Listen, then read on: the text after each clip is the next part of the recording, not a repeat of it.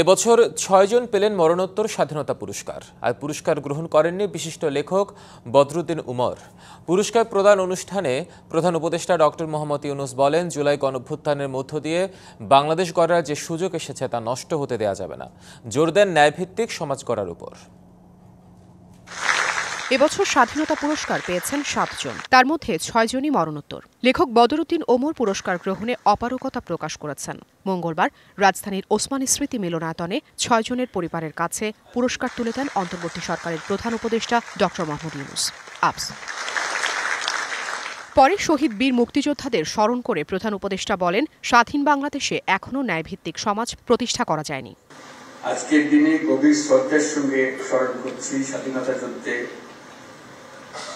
সকল বীর শহীদ ও মুক্তিযোদ্ধাদের।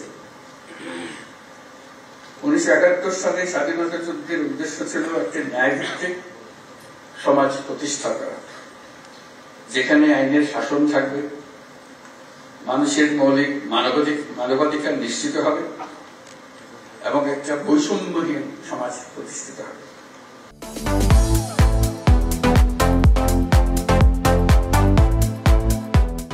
কিন্তু স্বাধীন বাংলাদেশে এখনো ন্যায়ভিত্তিক সমাজ প্রতিষ্ঠা করা যায়নি। প্রধান উপদেষ্টা স্মরণ করেন ২০২৪ সালের জুলাই অভ্যুত্থানের শহীদদের। আমি শ্রদ্ধার সঙ্গে স্মরণ করছি জুলাই গণঅভ্যুত্থানের শহীদ ও আহতদের। তাদের আত্মত্যাগের কারণে আমরা একটা নতুন বাংলাদেশ গড়ার স্বপ্ন দেখার সুযোগ পেয়েছি। এই সুযোগ আমরা কোনো ক্রমেই বৃথা হতে দেব না। এবছর শিক্ষা ও গবেষণায় বদরুদ্দিন ওমর ছাড়া ৭ জনের ৬ জন পেলেন সর্বোচ্চ বেসামরিক মরণোত্তর এই পুরস্কার। বিজ্ঞান ও প্রযুক্তিতে অধ্যাপক জামাল নজরুল ইসলাম, সাহিত্যে কবি আল মাহমুদ, সংস্কৃতিতে নভের আহমেদ, সমাজসেবায় স্যার ফজলে হাসান আবেদ, মুক্তিযুদ্ধ ও সংস্কৃতিতে সঙ্গীতশিল্পী আজম খান, শিক্ষা ও গবেষণায় বদরুদ্দিন ওমর এবং প্রতিবাদী তারুণ্যে বুয়েট শিক্ষার্থী আবরার ফাহাদ। তাদের পক্ষে পরিবারের সদস্যরা এই পুরস্কার গ্রহণ করেন।